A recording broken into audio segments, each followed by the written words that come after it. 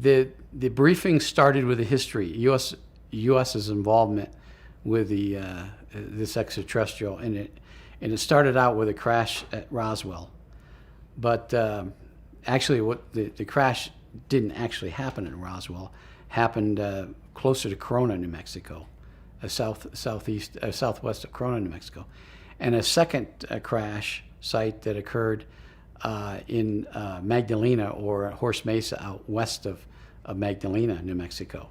The crash in Magdalena wasn't located until about 49.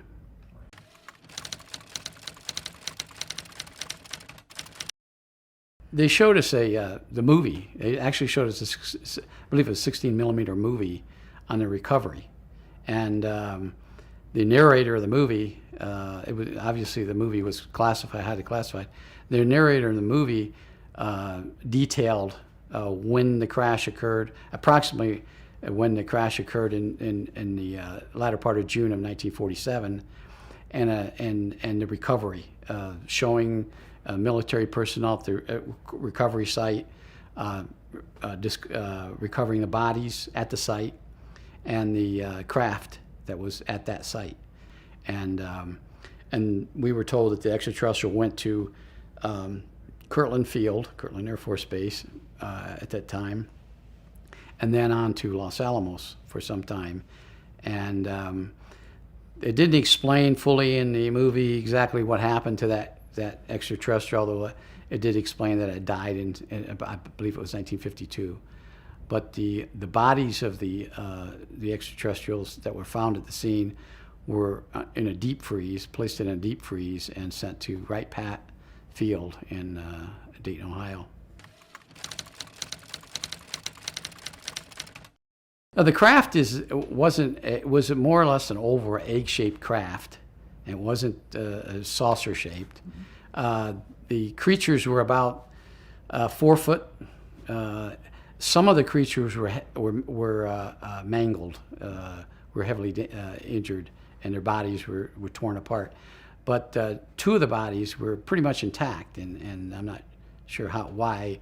If there was an autopsy, they didn't discuss that. Almost looked like they were nude, but they actually had a very thin but tight-fitting suit on. The fingers had no thumbs, just four fingers, suction devices on their tips of their fingers, and one of them had a head apparatus on it, maybe a helmet or some kind of an earphone or some type of device that they were communicating with the craft or with something else.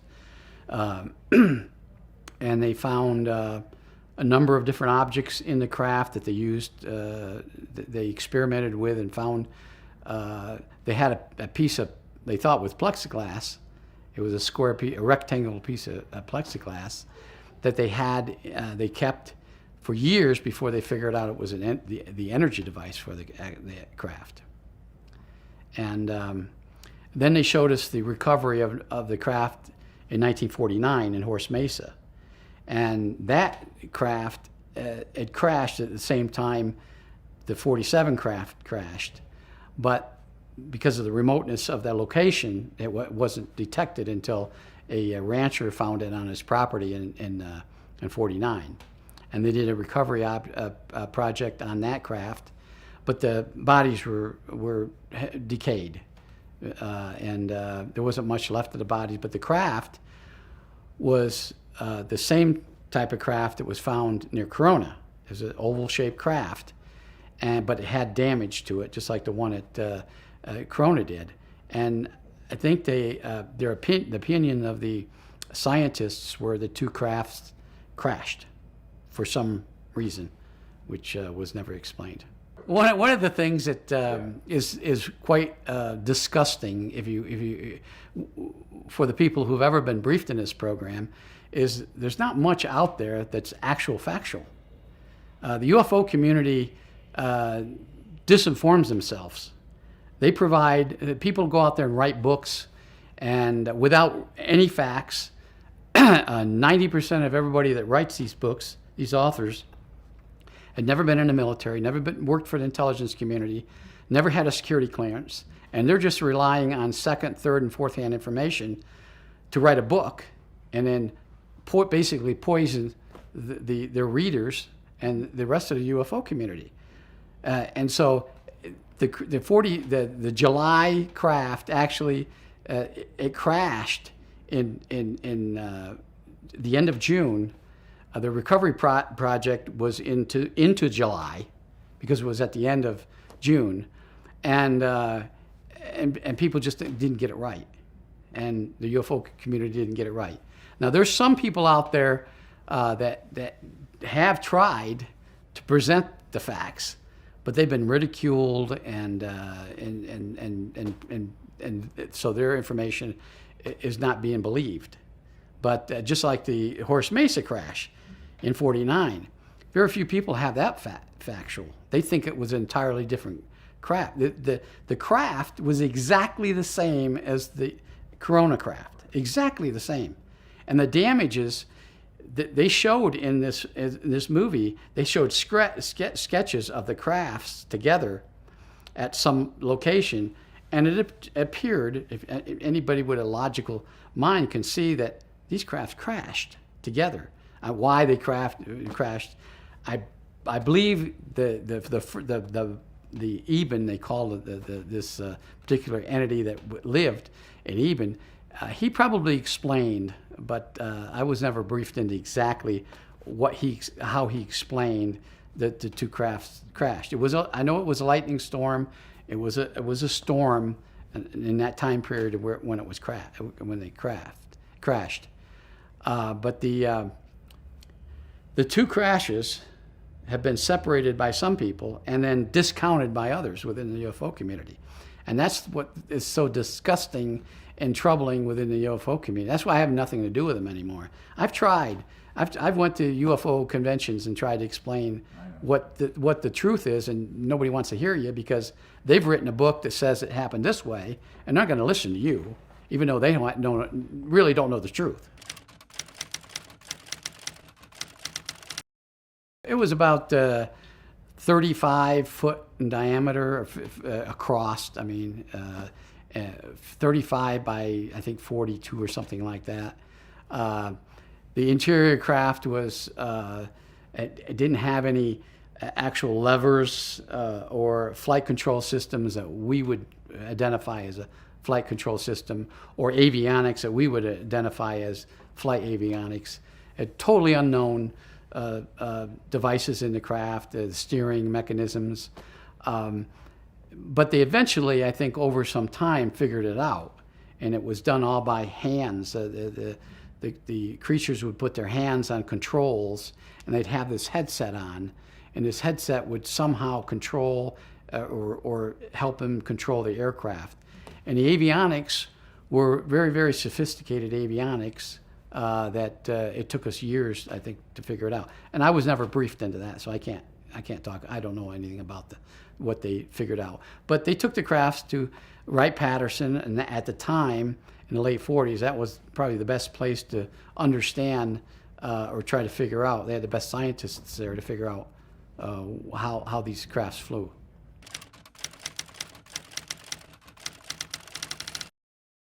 I was not directly briefed in, but at some time in my career, I read a document in Washington that explained the U.S. scientists' understanding of what this was. It was an energy device that used zero-point energy.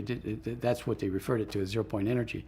And it was connected in such a manner that this device could power, from a very small flashlight or a very small watch up to a city. And the power was determined by what the demand on it was. And so each craft had one of these. The craft that crashed in Magdalena, or in Horse Mesa out west, had a larger energy device than the one found in Corona. And I don't think they could understand why, but they operated in the same manner.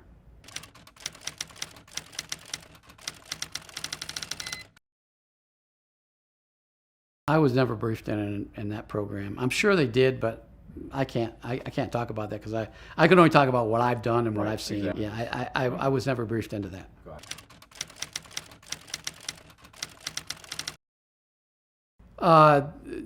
The briefing pertained to the threat posed, the threat that was imposed by extraterrestrial crafts, and then also briefed on some other alien crafts that had visited Earth. There was 4 types of crafts that they showed us, 4 types of extraterrestrials.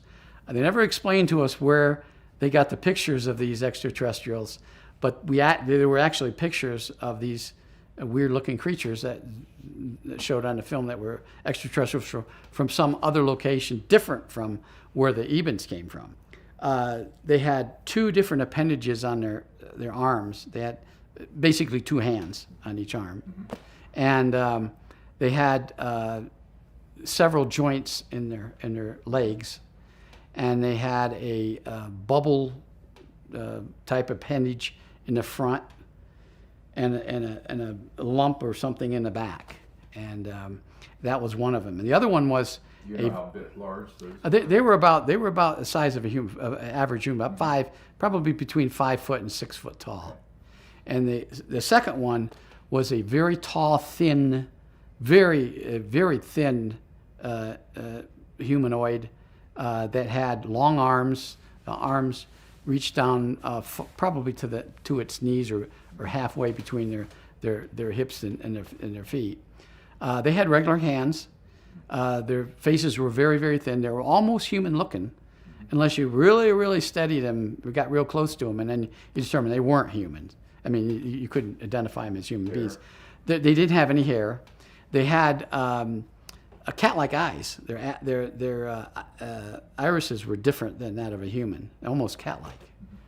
And then there was a third creature that was I found this out later, but at the time they just showed the creature, and it looked something like the Eben, but it was bigger. It had a bigger body than, but I found out later in a briefing I had in 1985 that was a genetically engineered creature that the Ebens made, and that was a briefing in 85 based on an investigation that we were doing. They knew it was genetically engineered, and I don't know how.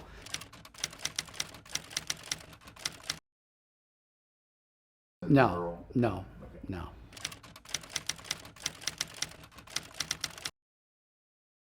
One was a cigar-shaped craft. One was, excuse me, I think it was like 60 or 70 feet long and 20 or 30 feet wide, cigar-shaped. Second one was a regular saucer-shaped, but it was really wide. It almost looked like one of those tops that the kids play with, really wide.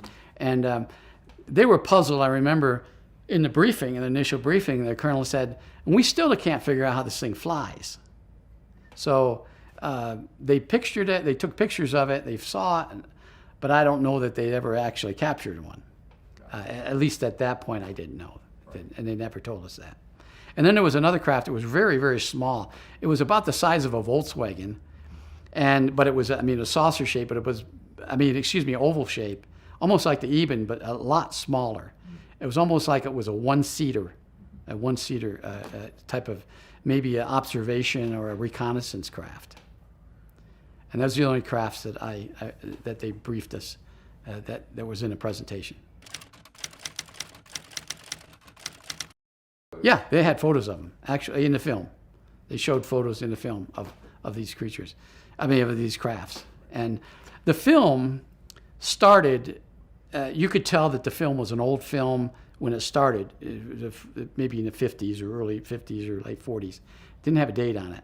But then as the briefing went on, it got more modern. The information in it became more modern, and you could see, based on what was shown in the movie, that it was the information was more current than the first part of the film was. And the pictures of these crafts that we saw in the latter part of, and the crafts were in the latter part of the film, was something that I've seen since on TV on the History Channel that other people have taken, like the McMinnville craft. One of the crafts in there looked just exactly like, if you're familiar with yes. I think that was in 51 or 50 or something, back in the 50s.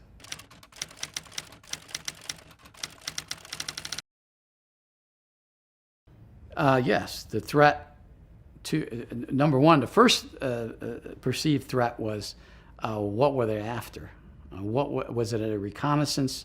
Were these a reconnaissance flight? Were they going to recon before an invasion?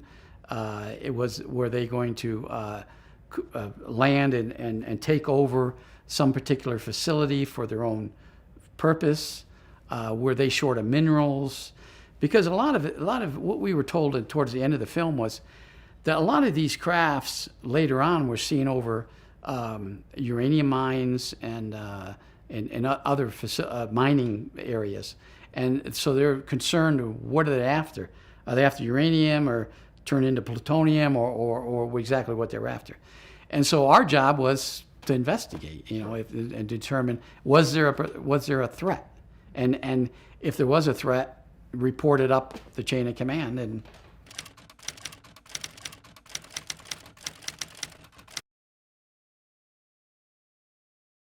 well, they inferred it, that that they were concerned, because the way the Colonel put it, and I think this was some of his own feelings at the time when he talked to us later, was that we just had a drop 2 bombs, nuclear weapons, on a country.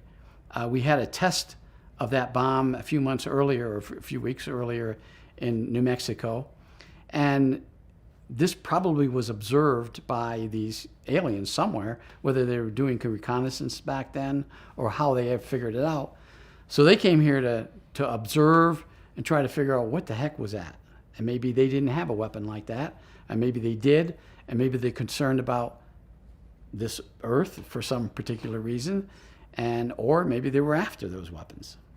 And that was a concern, because security of nuclear weapons was the #1 priority of the United States. Air Force, because the Air Force had a lot of nuclear weapons. One of the primary missions for OSI was protect counterintelligence operations against the threat of nuclear weapons. And Kirtland Air Force Base had a lot of nuclear weapons. And New Mexico had, at the time, like you said, the 509th Bomb Wing at Roswell had the only nuclear capable strike force in the United States at that time.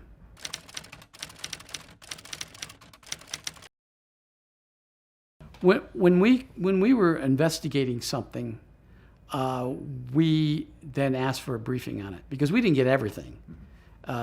We were given enough to conduct an investigation, have some historical knowledge on what we were investigating. But then when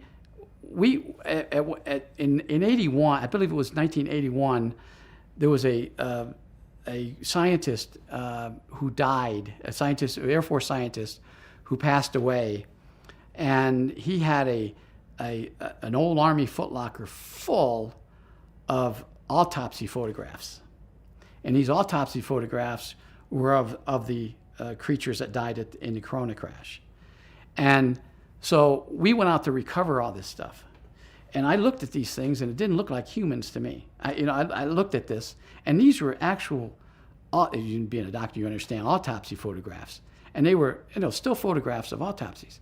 But they had the organs out. And I had a little bit of medical knowledge, not a whole lot, but I had a little bit of medical knowledge, and looked at this, and I said, doesn't look like a heart or doesn't look like a lung. But what we found out was, and true, that these Ebens had just one organ that was made up of the heart and lungs. It was just one organ. And they had a couple different stomachs for different digestive reasons. And they had an organ that would take every single bit of moisture out of whatever they ate and fed the body. So they didn't really have to drink a lot of fluids. And when I found all this stuff. I took it in. I immediately classified it. I asked for a briefing. What is this? Is this human or not? Well, on the bottom of each photograph, there was a case number and a date. And the dates were in the 40s, 47. It was, I think there was September something of 47. And the case wasn't a case number that I recognized. So then I asked, and eventually I got a briefing by a scientist who was a medical doctor. He was from the Armed Forces Institute of Pathology in Washington, D.C. He came out, and myself and the other agents that were involved in this, he briefed us. He gave us basically anatomy 101 of an extraterrestrial. And he said, yeah, in fact, these are the autopsy photographs from Corona. Yeah, the brain had I don't remember how many lobes the human brains have, but they had 11 different lobes of their brain. And they had, where their spinal cord met the brain, had two little bulbs on each side, which they could never figure out what they were. It wasn't like ours. And their eyes were very sophisticated. They had the optic nerves, but the optic nerves went into different places in the brain, almost as if the brain was operating, their eyes were operating at different parts of the brain for some particular reason. Their muscles were extremely fibrous. I remember that, especially the leg muscles. They weren't bulky, but they were strong. They were fibered, which I guess gave them more strength than what our muscles. They didn't have ears, but they had a canal with an organ or gland, I think they call it, a little bulb that they think was what they could hear out of. But they didn't have vocal cords like we had. Their vocal cord, they didn't have any. So this another thing that was brought in the briefing was very fascinating to me. When this creature was found, he couldn't communicate other than hand signals. So when he was taken in to Los Alamos, to a medical facility at Los Alamos, and examined, of course, the physicians didn't know what they were examining, they eventually were able to communicate through sign language. And eventually, somehow, somebody figured out how to do an operation on the vocal cord or insert something in there so it could talk, so it could make sounds. And I don't know how they did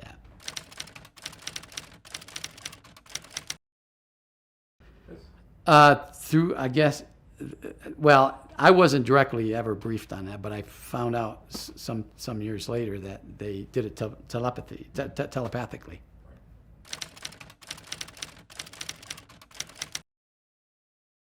Yes, there was the handler, the Eben that lived, the Eben 1, he had an Air Force captain that was assigned to him. And the captain was a linguist, spoke I don't know how many different languages, but he was also an intelligence officer, and he was able to build a really good rapport with the Eben and was able to communicate far more communications than anyone else could. And he actually lived with this Eben for, I think, the 3 or 4 years until it died. A DIA, Defense Intelligence Agency, was intimately involved in it. Everything that we sent up everything we sent up to OSI headquarters went to DIA. Okay. And there was a guy by the name of Tom Mack.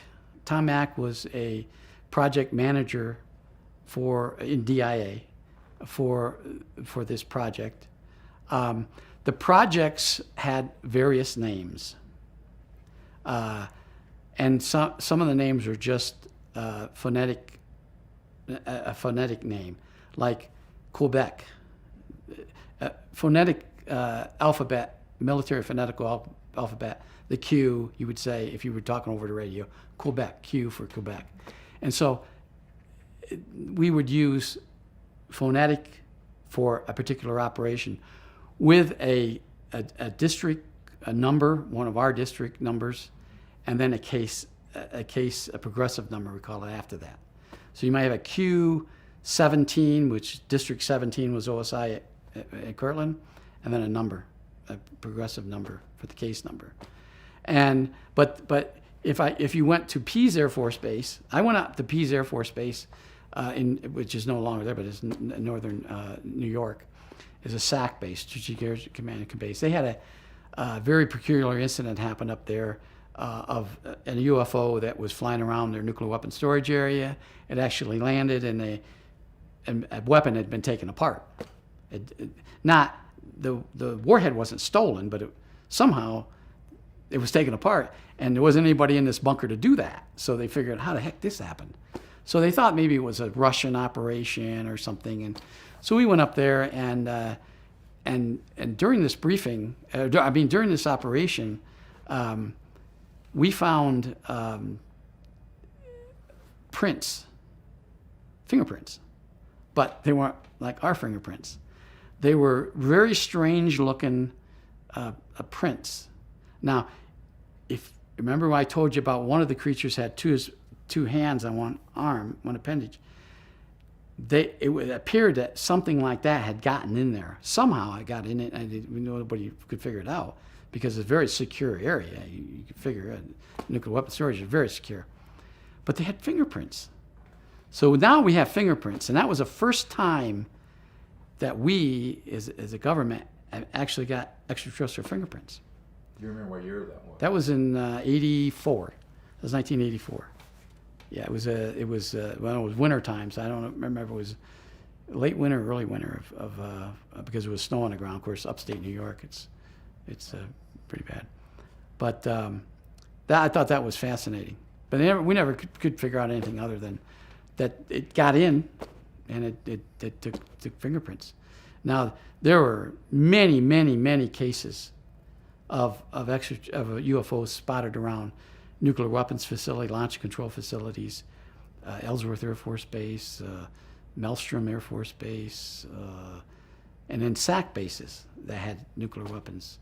Yeah, I read a report where almost virtually everything was, but some of them were more intrusive than just the security forces seeing something flying around compared to creatures found inside an area. And we had that at Kirtland in 1980, where security police at Manzano complex, which was where the nuclear weapons were stored, saw these strange lights out at Coyote Canyon, which was east of the complex, the nuclear weapons complex, and something landed. And so I conducted that investigation, which was extensive investigation, which led into the Paul Benowitz incident.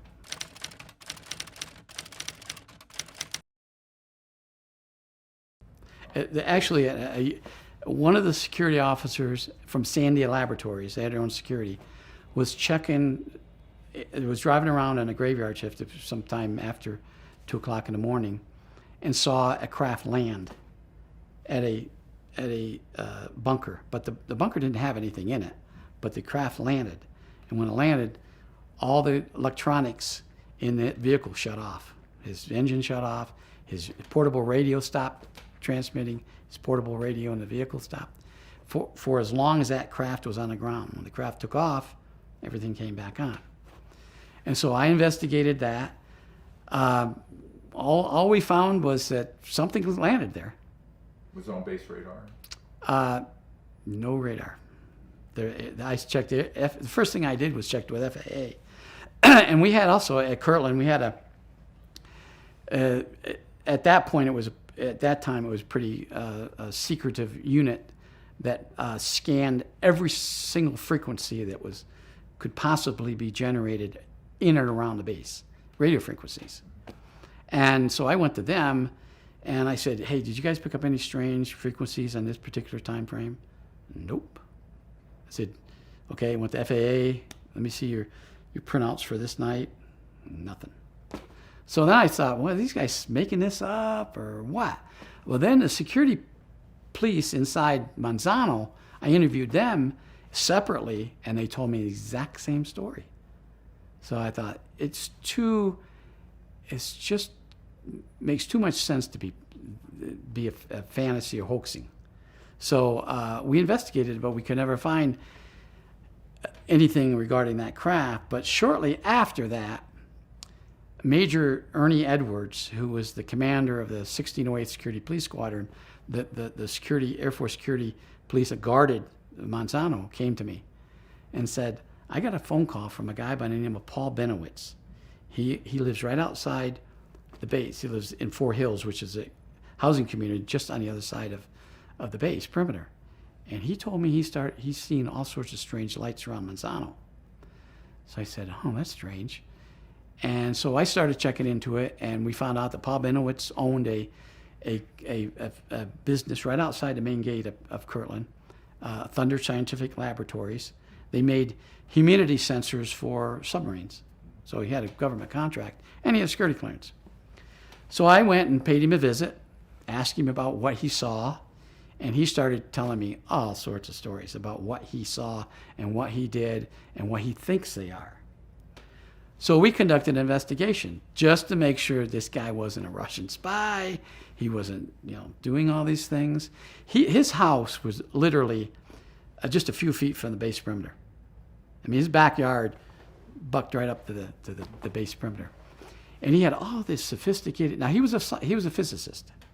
He had all this sophisticated equipment on his patio, his upper bedroom patio, that was pointed towards the base, and that's what we were concerned about. So we conducted an investigation on him, not only us, but National Security Agency, because he actually tapped in, and this was classified at one time. I don't believe it is classified anymore. He was tapped in to a National Security Agency, an NSA project that was going on base, and which he shouldn't have been able to figure it out, but he did. Very smart guy. So we had to figure out how we're going to get him away from what he was doing. And so we started slowly convincing him, or not really convincing him, but just giving him the idea that this might be just UFOs, extraterrestrials. And he ran with that. And I know I had a lot of criticism about that. I fed him all this disinformation and I made him go crazy, but Paul thought a lot of this up on his own. I didn't have to. It wasn't very difficult for me to convince him what he was seeing. He just told me it's UFOs. Years later, I became friends with him. Years later, after I got out, he still owned it. I tried to explain to him that what he saw wasn't, but he would never believe me. He eventually went crazy and he died some years later. But some of what he was seeing was he took pictures of strange-looking lights and orbs. And in fact, I sat, and not just me, Jerry Miller, who was he had been a Project Blue Book investigator some years before, and he was in the intelligence staff at Kirtland, not with OSI, but with another agency. Him and I sat in a room, probably not any bigger than this, with really tall ceilings. And Paul was sitting, and we just had dinner, and we came in and we had some coffee, and the lights were down. In fact, none of the ceiling lights were on. We had just some table lights on. And we were talking. It was 8 or 9 o'clock at night in a winter night. And he says, he was explaining to us what he was seeing. And all of a sudden, we see this orb up in the corner of his room. And I looked at it and I watched it. Nobody else saw it at first. And I kind of elbowed. There was 3 of us there. It was me, Jerry, and another agent by the name of Steve Atzett. And I hit, and Jerry looked up and he said, and we didn't say anything to Paul.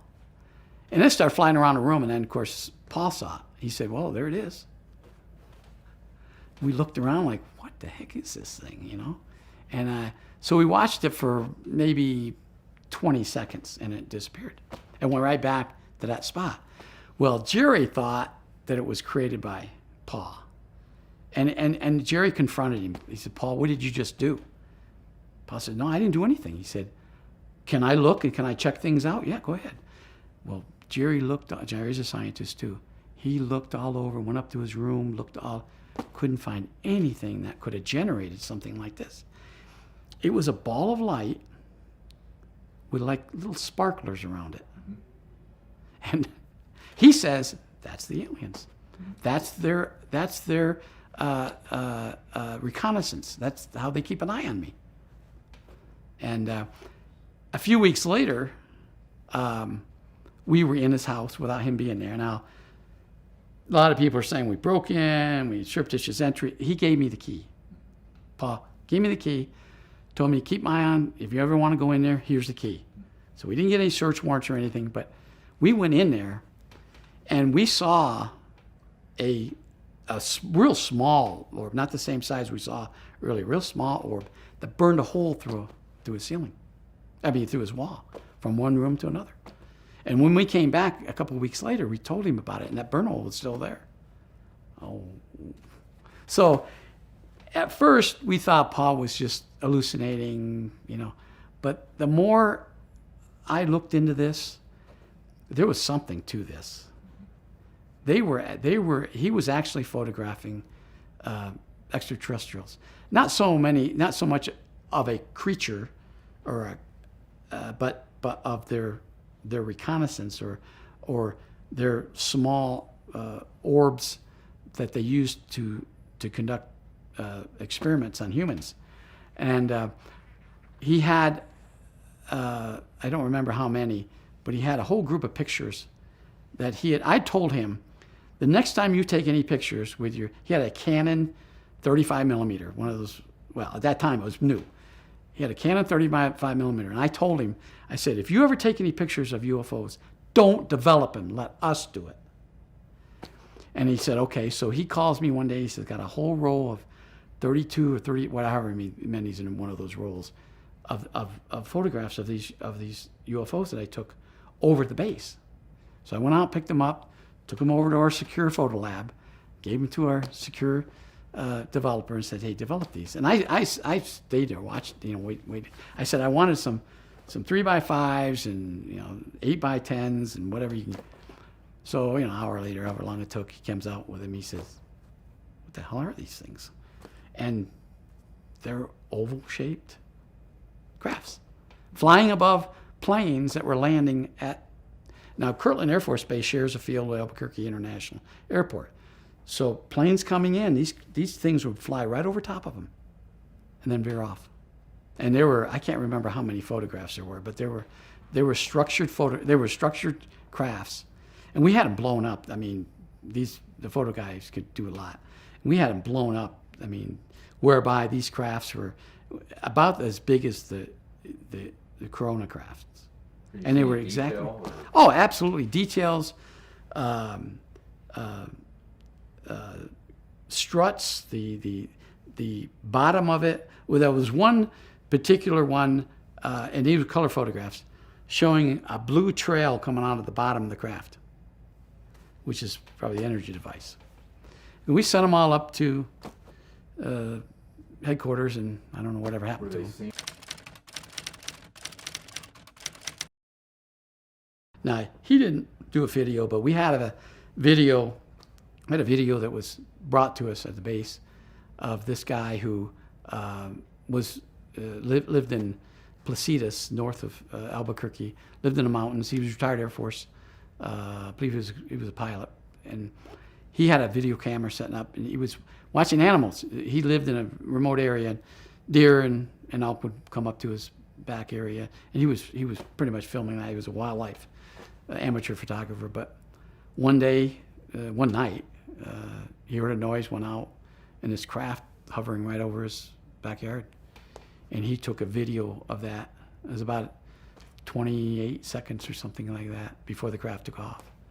And that is the only video of a legitimate video. We took the video, the camera, and everything, because you always want to analyze all this stuff together. And we sent up to headquarters. They sent him a check back to pay for that camera, because they weren't going to give him that camera back. And they were going to give him, and he wanted copies of that, but he never got that back. They classified it. OSI headquarters. At that time, it was at Bolling Air Force Base, headquarters at Bolling. We sent it to headquarters at IVOE, which is the counterintelligence location, and then they would send it over to NSA. And the only reason I know that was years later, after I retired, I joined a pretty closely knit group of former and retired intelligence officers, and we get together every year. I haven't attended every single year, but out of 25 years, I probably attended 20 of these reunions or get-togethers.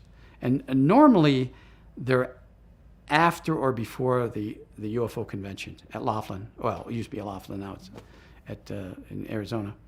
And we'd sit down and talk. We just sit down and talk about, in a secure, kind of a semi-secure place, and talk about what we know. And that's why I learned a lot from them, because they were briefed in programs I wasn't briefed into. And one of the intelligence officers was from NSA. And when I first met him in probably 94, 95, and I had never met him before, I didn't know him before, he said, I always wanted to meet you because you and I were on the same case together. I said, what case? He said, Paul Benowitz. I said, what do you mean, Paul Benowitz? He says, yeah, we interviewed him too. So they were investigating, and we were investigating, and we didn't know they were investigating. One particular night at Paul Benowitz's house, it was rainy night, winter, kind of fall. I was there, and Jerry Miller was there, and Paul was showing us different things. And Paul came to me and he said, you see that house across the street? The front of this house. I said, yeah. He said, you see those lights in that upstairs window? I said, yeah. He said, they're not supposed to be there. I said, what do you mean? He said, the house is vacant. I said, I said, I wonder who's over there. So I got a gun, and so I go down and I snoop around, and I see the two vehicles parked hidden in the backyard. One's actually in a yard. So I get the license numbers off these vehicles. And the next, I didn't want to go in. I figured, well, maybe they're buying a house or whatever. So the next day, I ran the plates, and they come back to a rental company out of Hertz, I think it was, out of Denver, and they were rented on a government credit card. So I thought, okay, now go ahead. I don't know, a week or 2 weeks later, we were there at the same time, and we see these lights. Well, these lights are, you can tell, camera lights, the old red lights coming out, seeing that there's cameras pointed over here. I said, I'm going to get them this time. So I call Albuquerque police contacts I had, tell them what I had, and tell them somebody come over there. And they come over, and we confront these two guys. And they had to tell us that they were special agents, and they rented this place. That's about all they said. So I knew. Did they say what agency? Or? No, they didn't.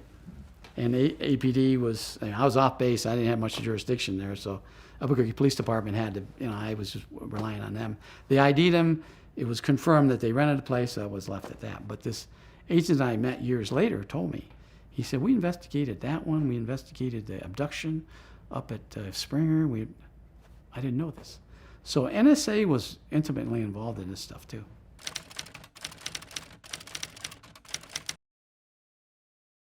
DIA, of course, CIA.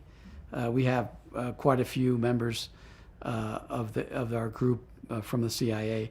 They weren't. They didn't do any field work because the CIA couldn't do that, but they were relying on a lot of information that we were feeding them, and they were doing analytical studies of what they had, but the FBI, of course, was involved in it. They found a box, a cylinder, I should say, not a box, a cylinder on the Eben craft that had been analyzed at various locations, and Sandia had it. And in 1984, President Reagan came to Sandia and was going to be specifically briefed on this. And I happened to be part of the security detail. And I was in the room when they was explaining this to him. And this cylinder and they had I don't know, a electron microscope view of it, or however they figured out how to X-ray it or whatever they did to it. But they had cutouts of it and a presentation on an overhead projector, and they were explaining to the president what they thought these things did, and it was a multi-purpose avionics device that was also a navigation device for them, and so that's really the only technology that I've ever learned or heard that San Diego was involved with.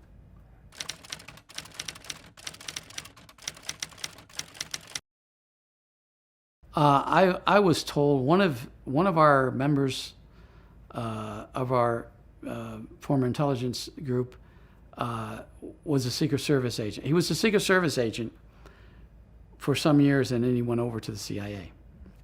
And he told us that one of the most fascinating things about Reagan was he believed, and he was briefed.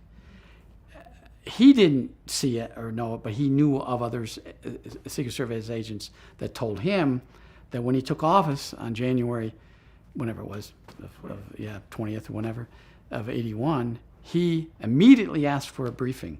Before the Iran, we still had hostages in Iran. Before the Iranian, he even addressed that issue, he says, I want to be briefed on everything we have on UFOs. He sat in the Oval Office and said that. And they said, yes, Mr. President, we'll do that. So he knew, he was never there when he was briefed, but he knew of it. I went to Washington to get an award for something I did, which is still somewhat classified, and I met the president. I never talked to him about this subject, but he knew something because he said to me, I know you work on some very interesting things out there. And that's all he said. We didn't go, I didn't have a whole lot of time. We were in the Oval Office for, maybe 2 minutes or 5 minutes, whatever it was. And he gave me something, and he gave me presidential cufflinks. But and I knew I knew what he was talking about. He never actually said anything, but I knew that he knew, which was nice because you recognize, you think, wow, what I'm doing out there is being briefed all the way up. There was a UFO cover-up live that was aired in October of 1988. I don't remember what channel, but and a year before, in August of '87, myself, Dr. Kit Green, Dr. Hal Puthoff, Ernie Keller-Strauss, Carl Dale, several of us, and Robert Collins went to Dayton, Ohio, and had a meeting in a room. And this producer who produced the UFO cover-up live was there, and he wanted to interview us all. And most of them said no. I said, well, what do you want to talk about? He said, I want to talk about this UFO thing. I said, I won't do it on camera. Well, we sat down in a room, in a hotel room to do the interview. He interviewed me. He gave me a list of questions first, and he said, "Read the questions. Do you have any problems with any of those questions?" I said, "No, I don't have any problems with it." Well, yeah, actually there were a few that I said I can't talk about this and this and this. I think it's 3 or 4. Anyways, he interviews me. There was one cameraman and him, and he said he would turn the camera off and say, Can you actually elaborate more, or what he was trying to do was tell me what to say. And I told him right away, I'm not going to play your games. I'm going to tell you what I know and what I did. I'm not going to tell you about anything else. I'm not going to tell you anything classified. I'm going to tell you about the Kirtland incident and about what I saw, but that's it. So he put me on back, and maybe another 5 minutes. Wasn't much more than that. And he started that again. I said, you know what? I'm terminating this. And I walked out of the room. Now, on the UFO Live, they have somebody that they claim to be me. And the beginning of it, the first probably 30 seconds, is in fact me, blacked out. But everything else was dubbed in. Somebody else was talking for me. And that really upset me. And of course, then they say, well, you were live. You were there live. Impossible. I was going to the State Police Academy in Santa Fe during that time period. I started at the State Police Academy in 1st of August and graduate till December. On that particular night, I was isolated inside that dormitory and not even able to watch the let alone being on it. So that was all a hoax. That was all made up. And who dubbed for me? I think it was Robert Collins, to tell you the truth. But and almost positive that was him. And by the way, Robert Collins and I are not friends at all. Absolutely not friends. He published a book in 2006 with my name on it that I had absolutely no input into that book. Good enough. So people who say, well, you wrote a book. I didn't write any book. I gave him information to put in the book. About 20% of what I gave him went into the book, and the rest of it never went into the book. And that book right now, I'll swear to it that there's probably about 20% that is factual in that book. And there's probably 40 or 50% that's speculation. And then there's the rest of it is absolutely lies. They're hoaxes. I spent a number of assignments to Nevada. And I know that they were reverse engineering. I was never actually briefed on it. But, common sense can tell me that this craft over here isn't something we made, or it's based on something they designed. The only exception to that is the Cash Landrum incident in 1980. I know for a fact, I was involved in that. I know for a fact that craft was piloted by Air Force pilots. It was based on a extraterrestrial craft that we'd had, and it was reverse engineered, but the propulsion system failed, as a malfunction in some manner, spurring out radioactivity, and I know that for a fact. But that's the only reverse engineering. Other than the cylinder that at Sandia, I understand that was reverse engineered into the 117. I was at the Nevada test site, which is now the Nevada National Security Site, what you call Area 51, which was at that time Det-3 Test Center.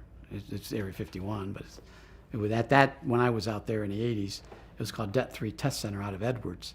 There was a detachment of test personnel from Edwards Air Force Base assigned to Area 51. And Area 51 is just a plot on the map based on the Nevada test site, all the different areas within that. So, but everybody calls it Groom Lake Complex. Actually, there's two different locations out there. There's the test site, there's the Det-3 site, and then there's Groom Lake. That's two different sites. People are sometimes confusing it, thinking it's the same.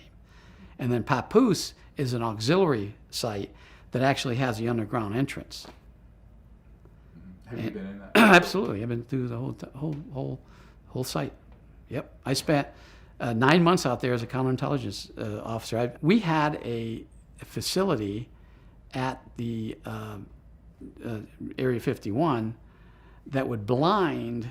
We would shoot a laser up and blind the Soviet satellites as they came over, blind their cameras so they couldn't photograph anything. And not only did we blind the Russians, we would blind anybody else's satellites that would come over. So it's very difficult to get actually photographs during that time period of Area 51. And now I don't know that they have that out there anymore. I've been out for a long time. What year was that you were?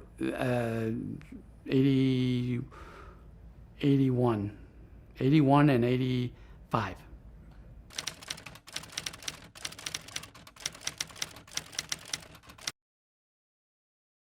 Nobody actually told me it was an anti-gravity craft, but the way it was operating and the way it could lift up by itself, we watched it. It had to be. I don't know what else. I'm not a technical guy, but I could look at it, and just common sense tells me this thing was anti-gravity. Now, but I think that craft was an actually alien craft. I don't think that was a reverse engineered. There's two different complexes out there. There's one that I believe Lazar was talking about with the alien crafts, And then there's an entirely different area for the reverse engineering craft. They're not together at all. They're not in the same hangar. They're not next to each other. They're in different locations. The underground crafts, the underground facility housed the extraterrestrial crafts. The above ground facilities and the far end of the complex housed the reverse engineered aircraft. They had the bodies of all sorts of different types of crafts that they were manufacturing or testing that he put together and try to fly it.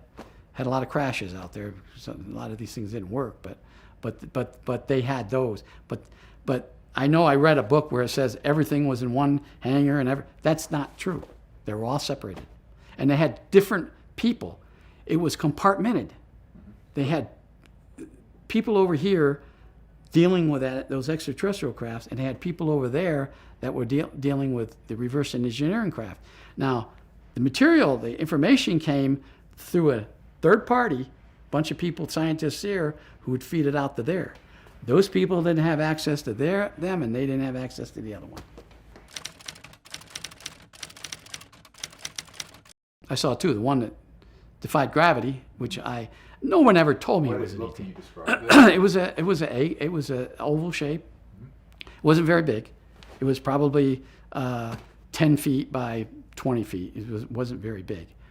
It had, I think, legs or landing gear that we had put on it because they didn't fit the structure of that craft.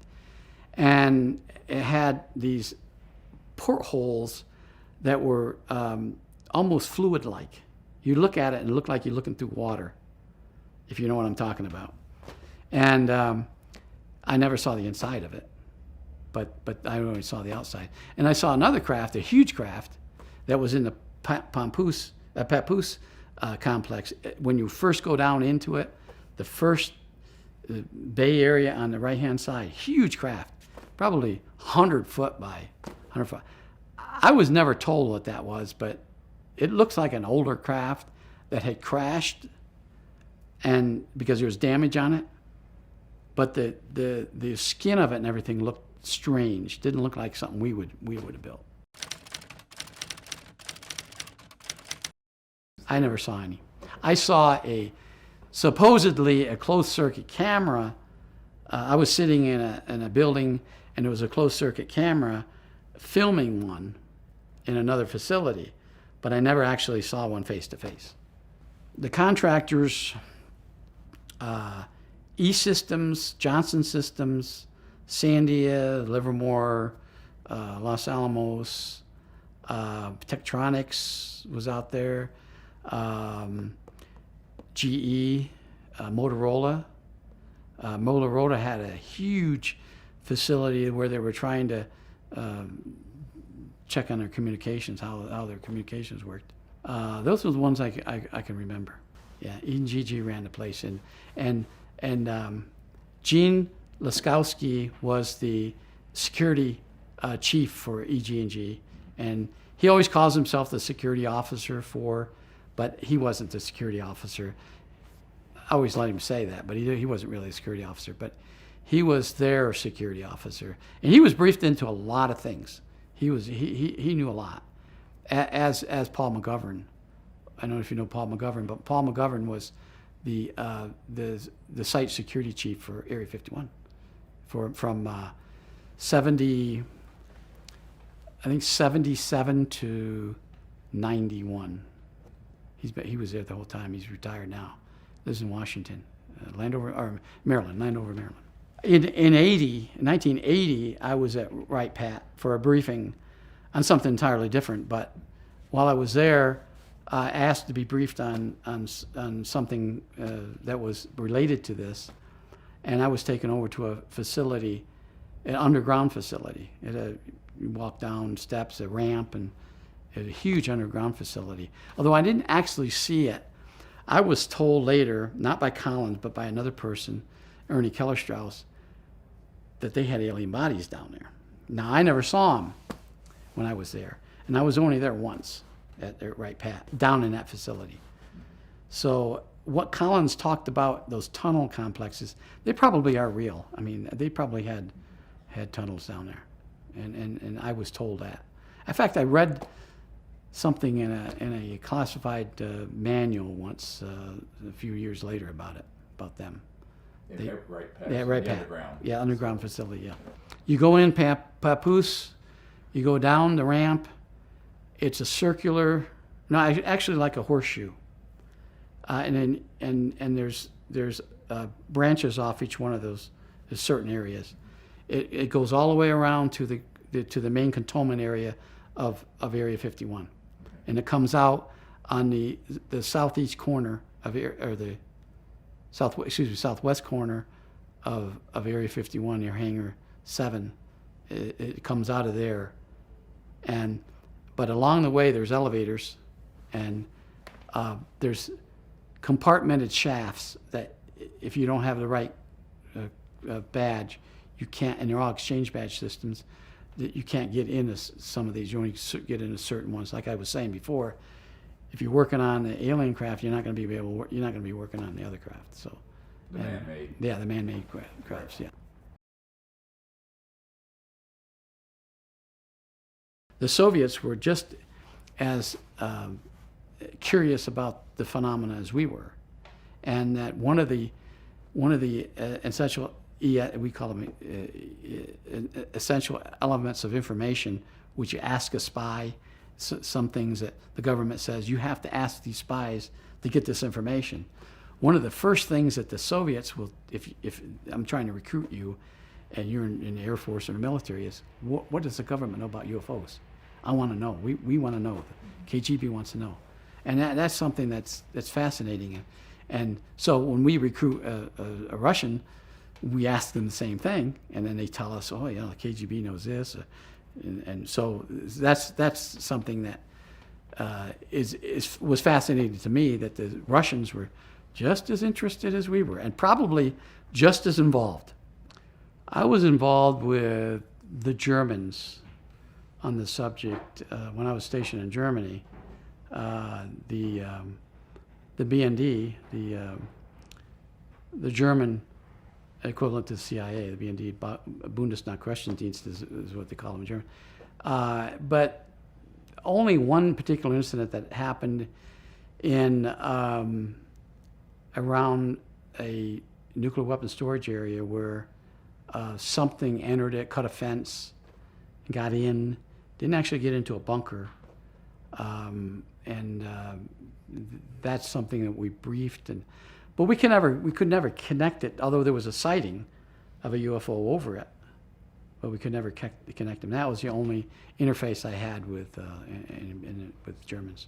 Well, I think the most convincing case that I've ever even been involved with has never ever been made public, and that was the incident up in Utah some years ago. There was a guy that lived in a remote trailer just outside Dugway Proving Grounds, and he was a photographer. He'd worked he was in the Army as a photographer, and he retired from the Army, and he went to work for. No, I'm sorry, he didn't retire from the Army. He just got out of the Army, and he went and worked for Dugway Proving Grounds as a photographer. He was never married. He was an orphan. He lived by himself in this single wide, probably 14-foot by 80-foot trailer. He had built some sheds and stuff around it. OSI at Hill Air Force Base called me and said, we got this guy that lives in this remote area up by Dugway that sent us all these photographs of UFOs. He said, and we don't really have anybody up here that's, and this was like 84, latter part of 84 or first part of 85. We don't have anybody up here that can really, talk to this guy intelligently. Could you come up here? Because they didn't have a 9Q. A 9Q is a OSI designation for somebody that investigated these things. So I went up there. I talked to my boss. He said, yeah, go up there, or whatever you want to do. I went up there, flew up. We went out and visited this guy. This guy was not a very intelligent person. He had a lot of common sense, but not well educated. He only went to 8th or 9th grade, but there wasn't anything he didn't know about cameras or taking pictures. He learned this all on his own.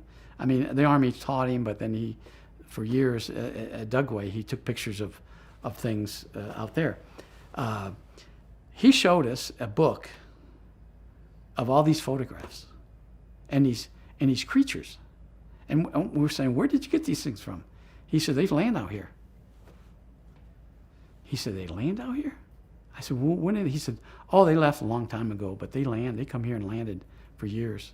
I said, so I asked him to tell me the story. And he tells me that in 68, the latter part of 68, he came home from work. It was a fall day.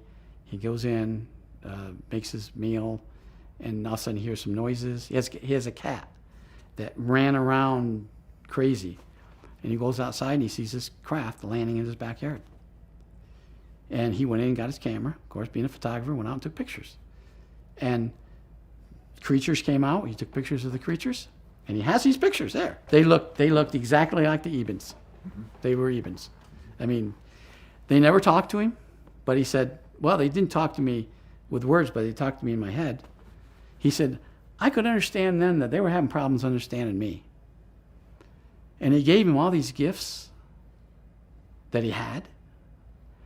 And at first I thought this was a setup. Honest to God, when I got there, I thought this is too real to be it can't be real.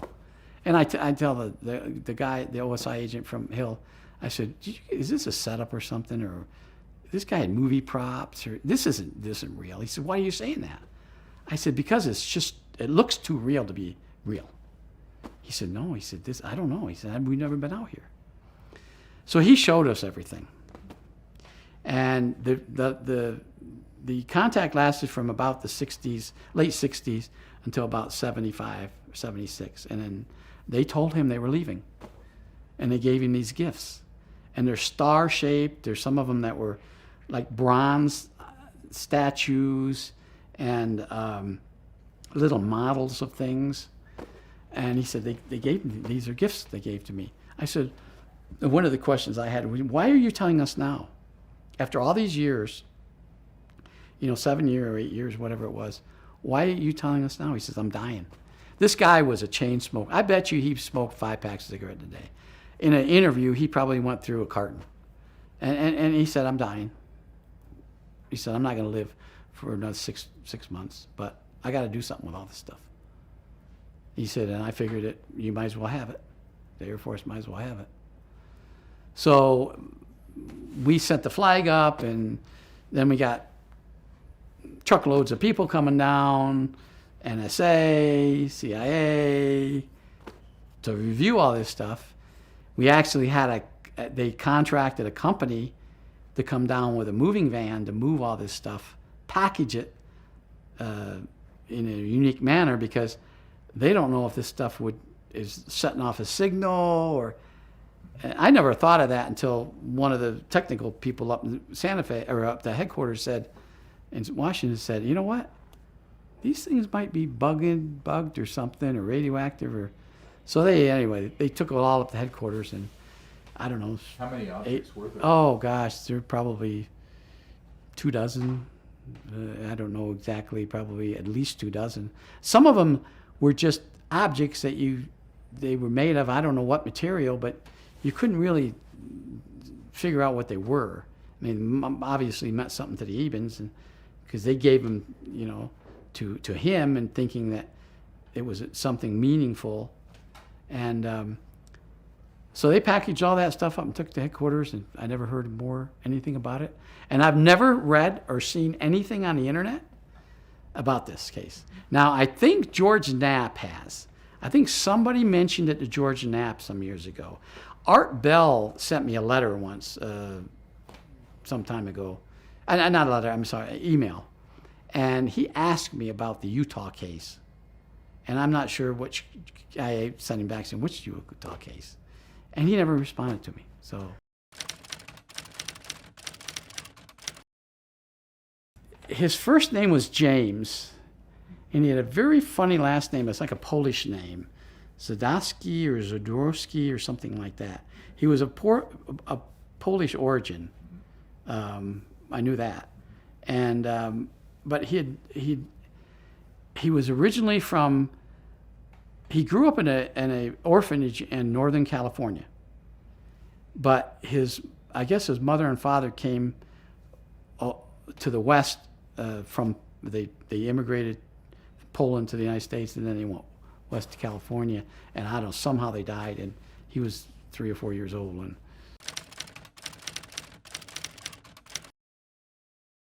some of them were shaped like a heart, a bronze heart with some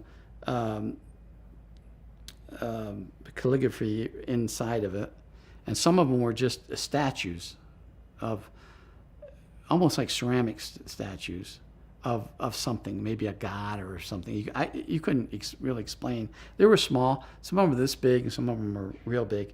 And there was another one he had was a wreath, almost like a wreath, and there were different symbols around this wreath.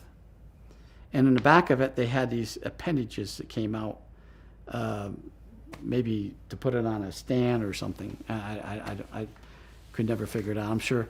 And I only saw them when one time that he showed them all to us, and then when we came back to package everything up, to send them up. So they're up in CIA or DIA or someplace.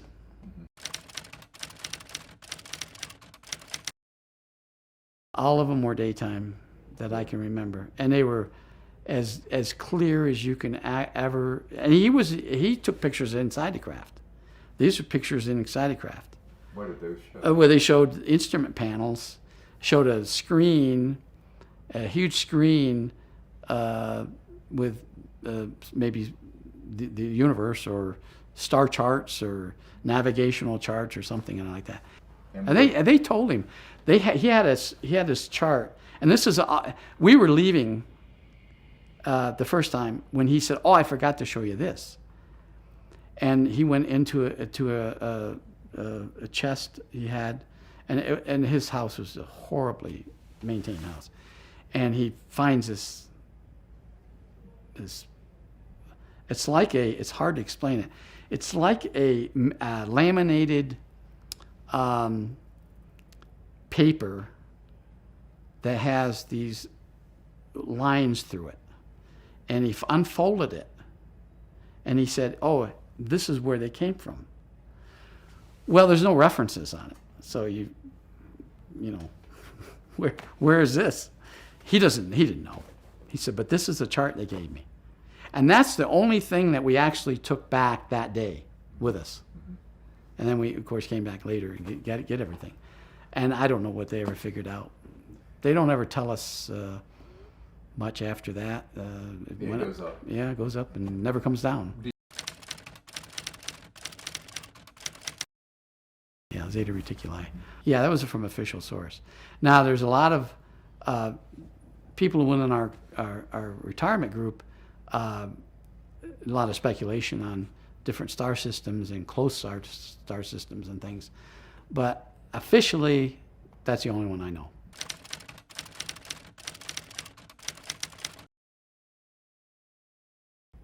We did do that, yes.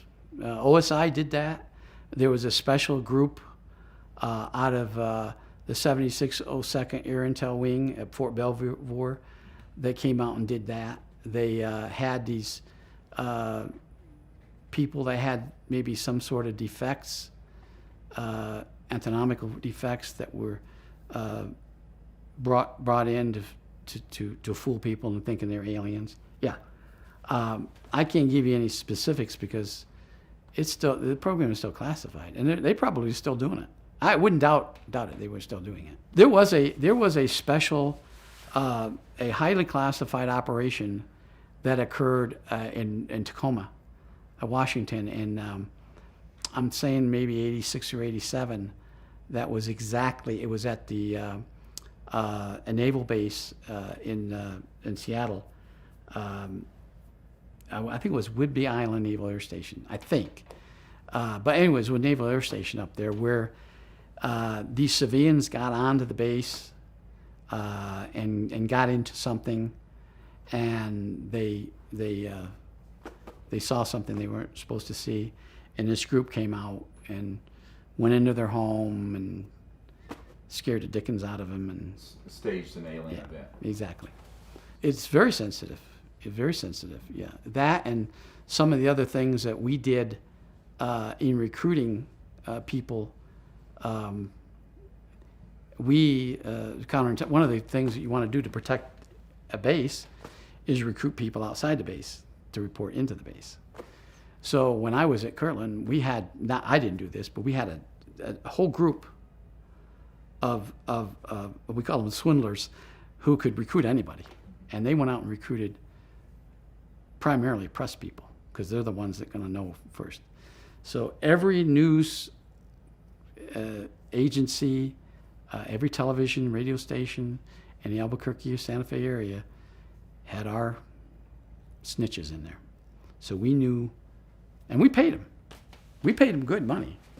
One of the reasons you get the people is you pay them, and that was controversial. That was somewhat controversial. Do you know of national media that have had? Oh, similar? yes, yeah. I'm not going to name them, but we had one.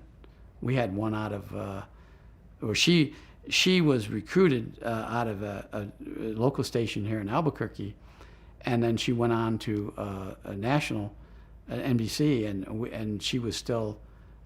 She told us everything. She was. We didn't handle her. Somebody closer to, I think she would say out of Washington handled her, but she was. She would tell us things that were going to happen, and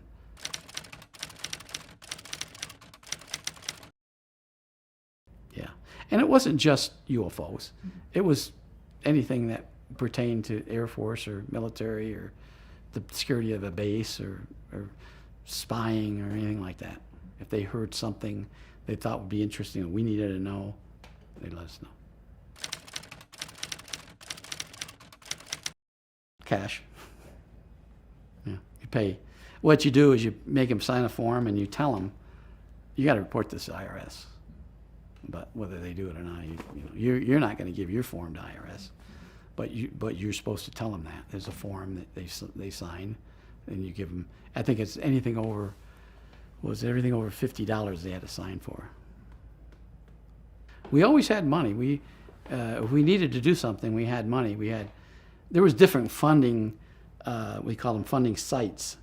If you were doing an operation, a counterintelligence operation, and you needed, $5,000 for this, then they would give us a number. Okay, it's under this site, and somebody would deposit it in a bank here, and we would use that money, or they would give us vouchers or something to that effect. But there would be different funding sources. I'm not sure where they came from. I'm sure all government funding someplace up there. Congress appropriates the funds, and there's a lot of black projects and black funding, so I'm sure we got a piece of that.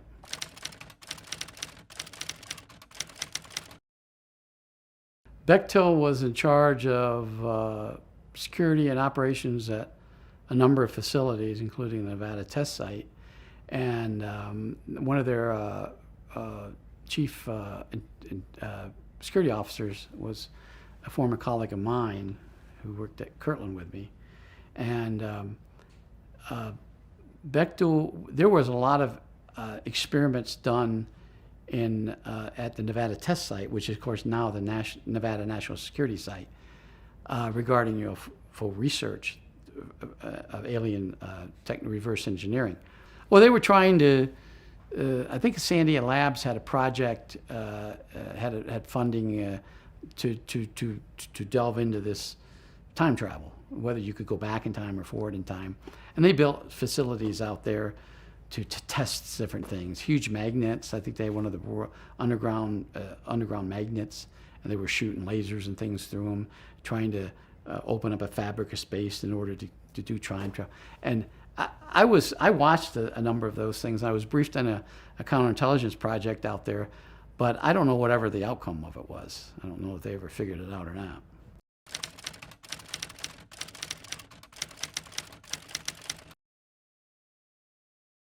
That was part of this project that they were doing out there. They actually, I think, teleported something from one end of a table to the other. I think that's the best they ever did.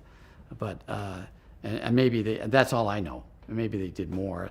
that I wasn't aware of. I actually saw a craft flying above Groom Lake that did things that you couldn't do with a conventional aircraft.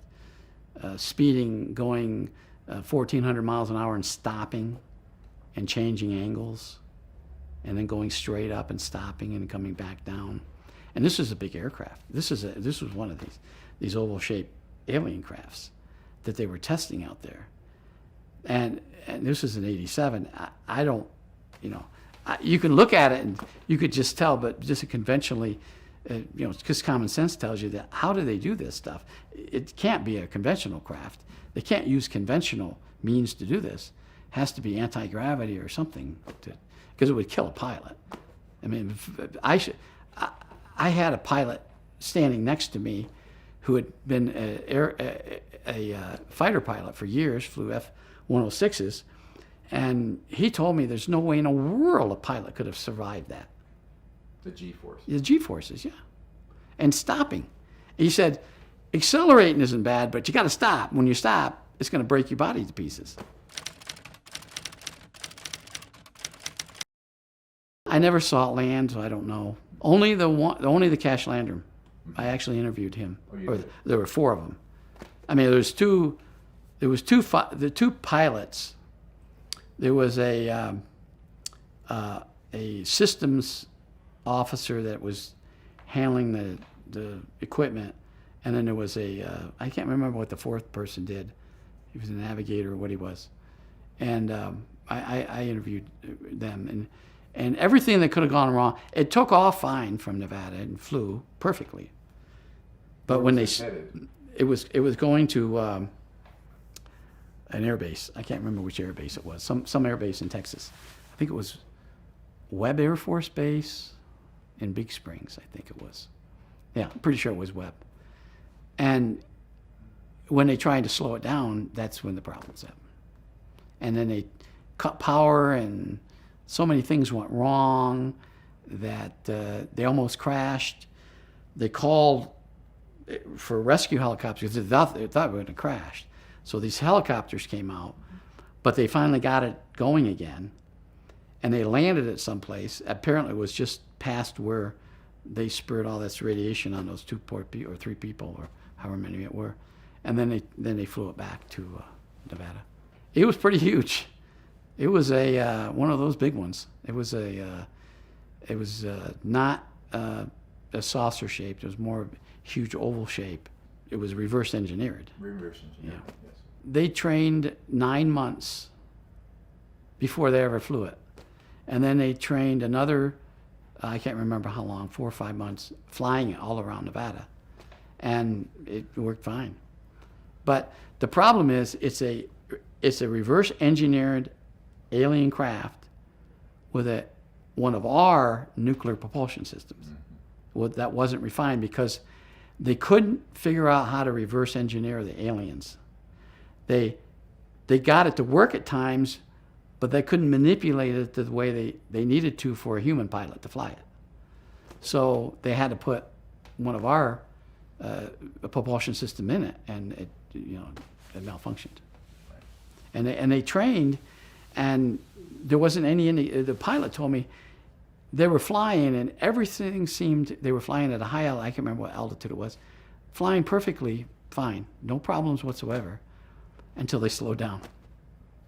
He said, and then hell broke loose. Then the system just malfunctioned, and they had this something that was supposed to throw thrust, but the thruster was moving all around, and they had a filter, some kind of filter that was supposed to filter. That didn't work. That didn't come down.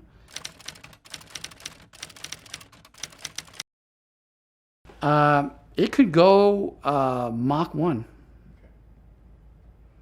And I that's all I was told. I mean, maybe probably more than that, but just what he told me, what the pilot told me when I interviewed him was he had it up to Mach 1. Body and everything was ET. The only thing that was propulsion was it was us, with American or conventional, or actually a nuclear and it just didn't work.